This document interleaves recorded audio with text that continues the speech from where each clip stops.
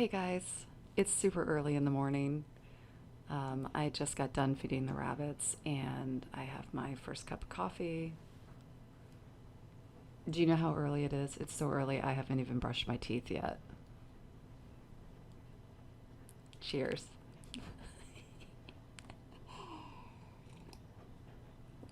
Okay, so my husband Steve, he will frequently ask me, hey, what are you going to film about? Like, what's your narrative going to be?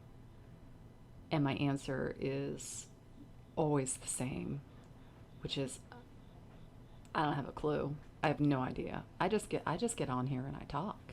And he's always like, that's weird. You should have an outline. Don't know. I have no plan. I'm just trucking along. But anyway, the reason why I bring that up is that I had filmed yesterday. And when you fly by the seat of your pants and you don't have a plan, sometimes things can take a left turn. And I think for me,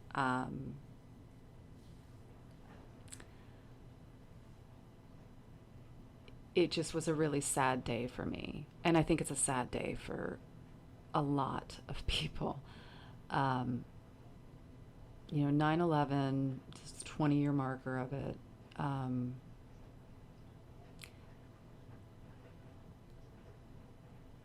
I don't know. It's like a moment that's been trapped behind amber. It's like frozen in time.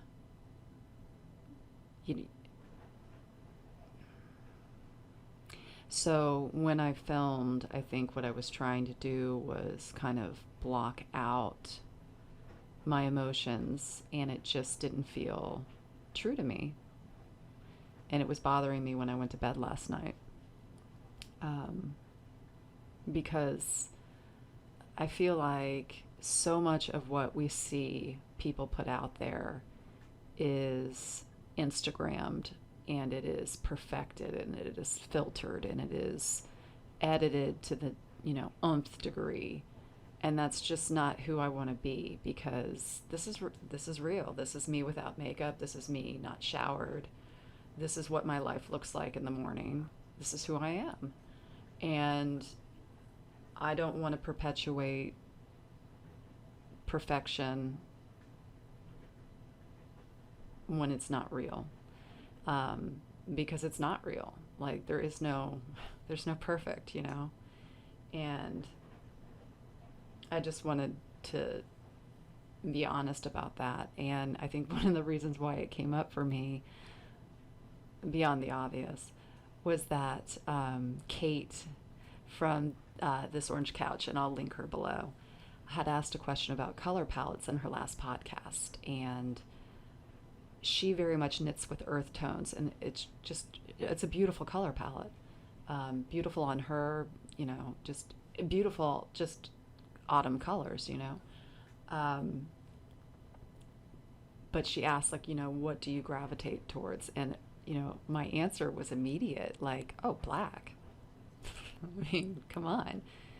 But the reality of it is that's not what I gravitate to when I knit. I gravitate towards really bright colors. It's this, well, it's muted, but I mean, it's really weird because for so long, you know, my insides matched my outside, where I did wear, I do, I don't, not, this isn't past tense, I wear a lot of black and dark colors. But it's just not what I knit with. And part of that is for technical reasons. As a new knitter, it can be really hard to see your stitches when you're knitting black yarn, especially if you're in a low light situation. And especially if you're 50 and you should have your glasses on, which, doesn't always happen. So there's a lot of squinting. But it's funny to me because what that tells me is that there has been a shift for me where I do have an inner pep squad somewhere in here that is coming out through my color choice.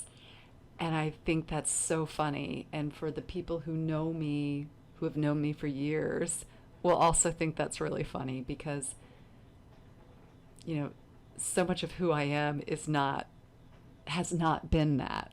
I've had a lot of anger. I've had a lot of depression and other things in my life. And I think, you're hard pressed to find anybody at the age of 50 who hasn't. So I think it's normal. But we all express it differently. And I think in my younger years, I very much expressed it externally via the music I listened to and my dress and shows I would go to, stuff like that. What I gravitated to definitely was an expression of how I felt on the inside. And so it's just a funny dichotomy to me that I see myself in one way, but whatever's going on in here is like, you're not fooling anybody. And I love that. And I just kind of wanted to pop on and talk about that. And I knew I was going to refilm because yesterday felt plasticky to me. I was trying to overcompensate for sadness, and I don't think you ever need to do that. And don't ever do that. If you're sad and you want to talk, reach out and talk.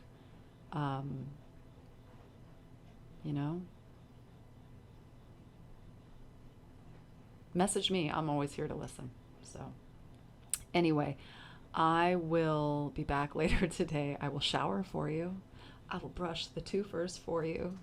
Maybe put some mascara on so you can actually see my eyeballs. I don't know. It's Sunday. I doubt I'll put makeup on. Sorry, guys. Just being real. All right. I'll talk to you guys later. Have a good morning.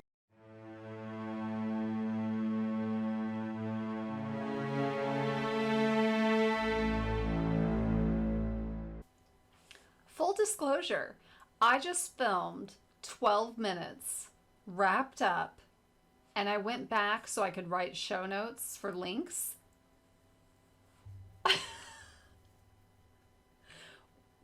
What lunacy is happening that I forgot to show you any knitting?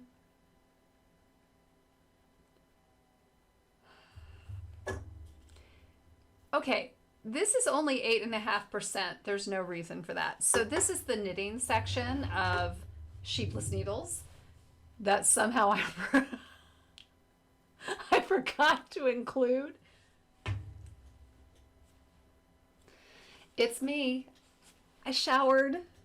I brushed the twofers. I'm back. I feel a little more human. It's not pitch black outside anymore. It's actually in the afternoon. So welcome to Sheepless Needles episode. I have no idea.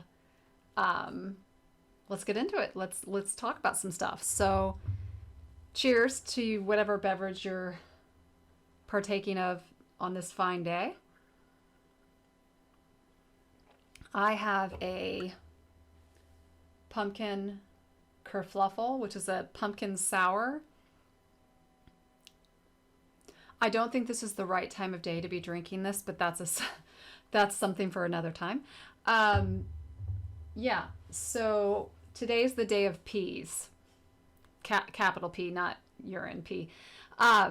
Pumpkin, sour. I had pumpkin waffles. I look like I have a perm, but I don't. It's perimenopause. Thank you. Get the peas there. What is this, you guys? Now, I have naturally slightly wavy hair. This is nutso. I don't know what's going on. But getting old is really weird. Okay, so let's talk about some knitting. And let's talk about some goals and some accountability for me so I can keep myself in check. The podcast... Hey, buddy! That's one ear.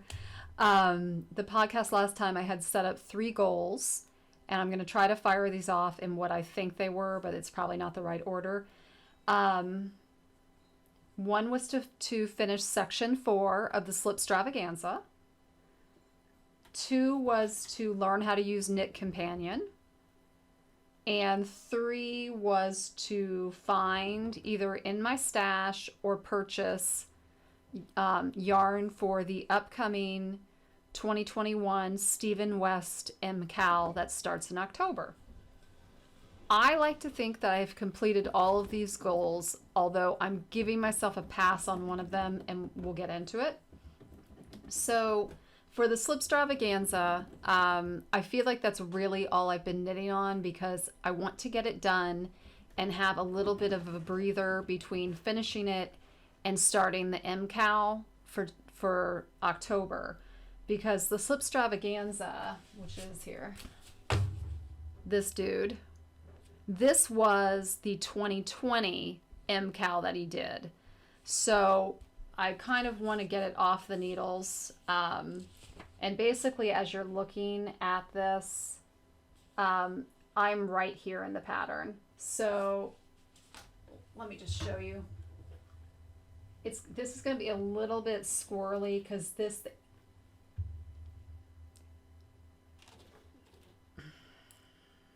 is a chunk. I don't know what else to say. Okay. Ay. Okay, guys. Please don't come off the needles. All right, hang on. Let me.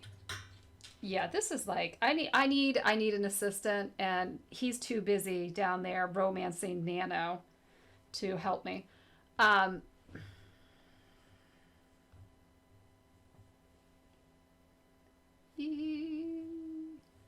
Okay. All right, so yeah, I can't even get this in frame properly, but all right, so down at the bottom is section 1, that's the honeycombs. Section 2 is the mini checks. Section 3 is the diamond pattern with the painted bricks behind it. Section 4 is this kind of larger check section in the main color, which is the mustard yellow and the brighter blue. So I finished that. Then I overachieved and I finished section 5, which is the olive tone diamond. And then I have started section 6, which is the chevron on top of the diamond. So this is obviously the base of the shawl. This is the neckline or the top of the shawl at the bottom. So you work top down on this pattern. So I'm on my 3rd chevron in the bright blue. And as you can tell, the main color has a little bit of there's an intermission between chevrons of the main color. It is taking, it's taking about 8 hours to do a chevron and the intermission. And that's a long time because I am a slow knitter. And by the way, there's nothing wrong with being a slow knitter if you are like me. It's just the way the world is for us. So if it's 8 hours and I have basically 3.5 more to go, that kind of gives you an idea that we're looking at probably anywhere from 28 to 30 hours left just to get the chevron done. And then I don't know how long that bind off's going to take, but I feel like it's a beast because I think it's a 3-stitch I-cord bind off. So that's a lot of stitches. And right now I think this is sitting at about 900 some odd stitches per row. So I don't know how everyone else approaches knitting and how they kind of deal with that during their daily life. But for me, I don't knit in the morning when I get up. I'm taking care of these guys and I'm working out and then I go to work. So I have a day job. I work 8 hours a day. When I'm done with work, typically what I'll do is I'll feed the cats. We'll figure out what we're doing for dinner and I'll sit down and knit. I will knit anywhere on an evening, anywhere from an hour to 3 hours. And that's about it. 3 would be my max. So I don't put a lot of time in unless it's if it's the weekend, I probably knit more than that because I'm just probably mindlessly knitting while I'm watching something. So given that, let's just say I knit on it for There's no way I'm knitting on it that much. But let's just say I knit on it for 3 hours for 5 days. I mean, that's 15 hours a work week, which means by my next podcast, I would just be getting to the bind off. I want this done so badly, but I also don't want to rush it and make mistakes because I am enjoying it. I'm just more concerned about the knitting crunch that I'm walking into in October. And there's some other things that I have on my needles that I want to get to. So, how do you guys knit? Do you knit in the morning? Do you knit all day long? Do you take your knitting with you? You know, are you a student or do you work in an office where you can knit while you're working? Or are you like me? Are you an evening knitter? I think we come in all, shapes and sizes with that. And I always like to hear how other people knit. I'm really fascinated by people who wake up and knit because it kind of is like a meditation for them in a way. That's probably how I view running for myself. So yeah, let me know in the comments. When do you knit? How do you knit? Do you have a knitting schedule? Are you fly by the seat of the pants and you just do whatever the hell you want, which is what I wish I would do. So that is the Slipstravaganza as it is. This is 100% 3-weight yarn. Obviously not to pattern because it's me and I can't do anything within the realm of following someone's directions. It calls for fingering weight. Now that I've gotten this far, I know why. She's really heavy. When I get her done, I don't know what her name is, but I feel like her name might be Daphne.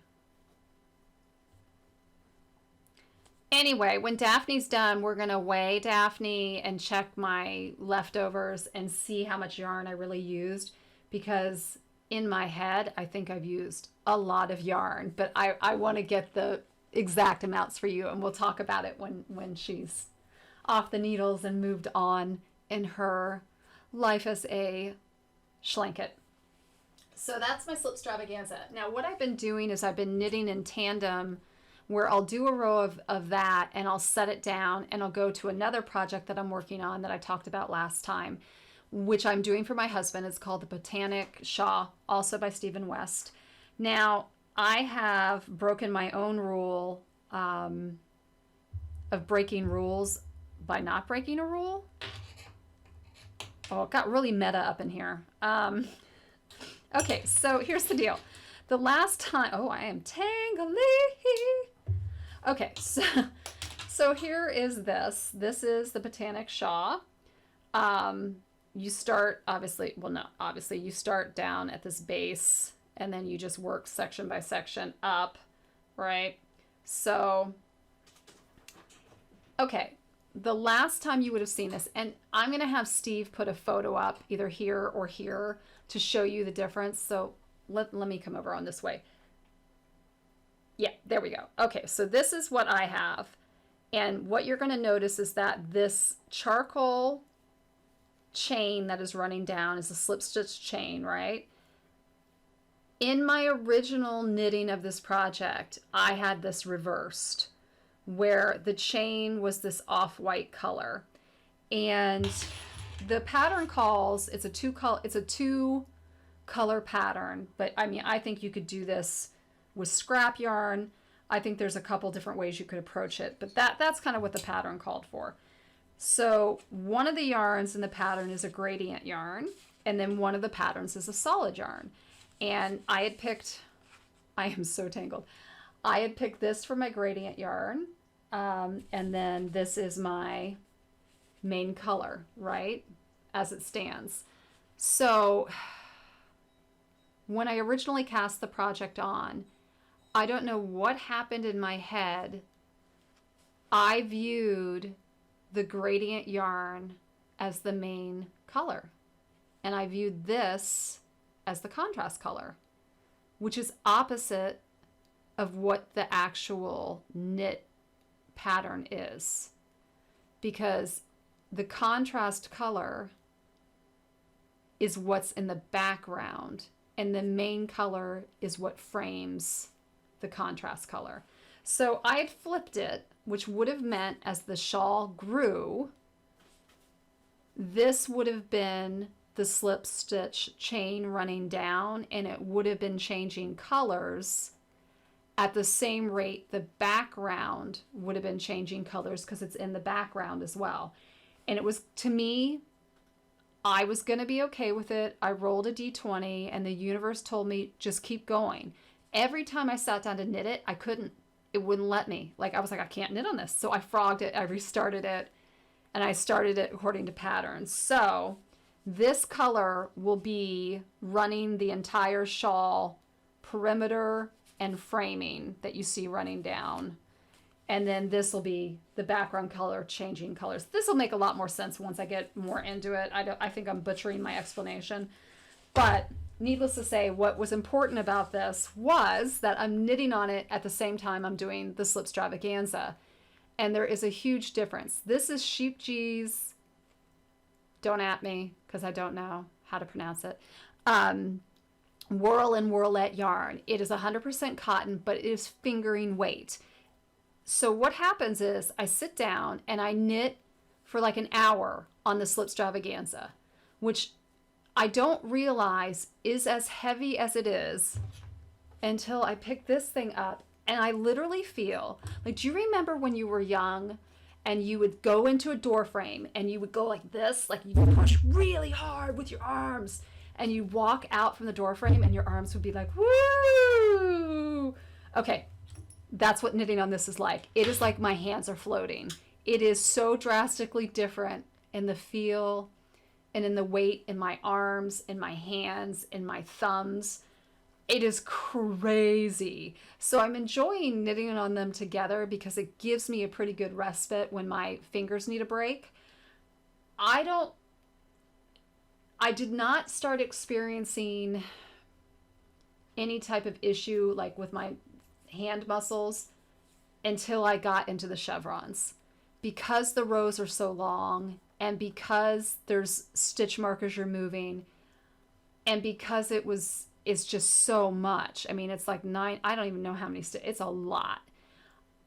It just the holding it in general, it's crazy. So anyway, I don't think I would pick a 3-weight 100% cotton again for a pattern like that. Lesson learned, but I still love it. And I think Daphne will be beautiful. I think this is going to be great once I get more into it, and we'll take it as it comes. So, okay, so that leads into goal number 2. So I completed goal number 1. Goal number 2 was to kind of learn how to use Knit Companion. And this is my hat. I'm giving myself a pass on this. I opened it. I figured out how to use my Ravelry account through it. You can get to your library, and all you have to do is either pick one of your projects that you've created, or you can just go straight to your library, pick a pattern that you want. It will load said pattern just like a PDF viewer will, so you'll see all the pages, and then you just go to the page with the chart that you're working on, and you can work through the chart. Well, I was going to do the Botanic shawl that way, so I loaded it, and I was like, wow, this isn't going to work because there's no chart in the pattern. My bad.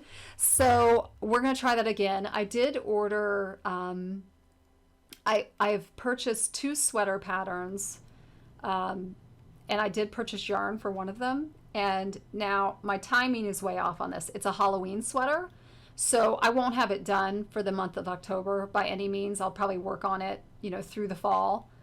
And, hey, listen, for those who know, Halloween is every day. But I'm going to load that pattern into Knit Companion and work from that. So I will report back. So goal 2 from last podcast is still going to be goal 2 for the next podcast. Goal 1 will to be as close as I can be to bind off on Daphne. Girl's got to get out. You know what I'm saying? She needs to be free from the needles, as we all do. So, okay, that dudes, that's my knitting. And what was my goal 3? Oh yeah. Okay, so goal 3 was, to find yarn either out of my stash or purchase yarn for the MKAL for Stephen West that starts in October. I went back to that disaster area that's back there, and I realized I didn't have he's calling for 5 contrasting colors. I have gradient colors and I have very muted tones in fingering weight. I don't have a lot else. So that pumpkin sour has something to say. So I went onto Etsy. I found a shop I really like. I did order yarn.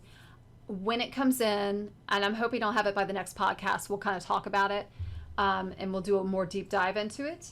I'm very excited for the color palette I chose. I can't wait to show it to you. I am really glad that I had the experience of working on the Slipstravaganza prior to doing this MKAL, because it did cement the fact that, okay, I'm actually going to pay attention. I am going to use fingering weight. I'm going to try to follow, because I don't know what I'm knitting, I have to follow the instructions that are being given. That is going to be a challenge in and of itself for me. So if you are going to take part in the MKAL, please leave it in the comments. We could start like a little thread in on Ravelry and the Vegan Knitters group, and just kind of share our progress, and like if we have questions, maybe shoot them at each other, whatever. Let me know in the comments. But I ordered kind of what he specified, and I can't wait to show it to you. So hopefully it'll be here next time. So that was goal number 3, good to go. So I guess, I don't know that I have a goal number 3 for next time. If I come up with one, I come up with one. I'm not gonna, stress out about it. I would like to be able to get back to the sweater that I have on my needles, which is the Painting Honeycomb sweater by Stephen West. And I've done a couple rounds on it, but there's no point in showing you. It's literally just rounds of me doing stockinette stitch and black yarn. Really, really, really exciting stuff to look at. So that is my knitting. Yeah, and I think, you know what, I'm really kind of happy with the progress that I've made. I think I will feel really great and accomplished to some degree when I finish the Slipstravaganza, because I think, as I'm just staring at it, it's a beast, and I'm really happy that the universe told me to knit it. So thank you, universe, and thank you for beer, because it's really good.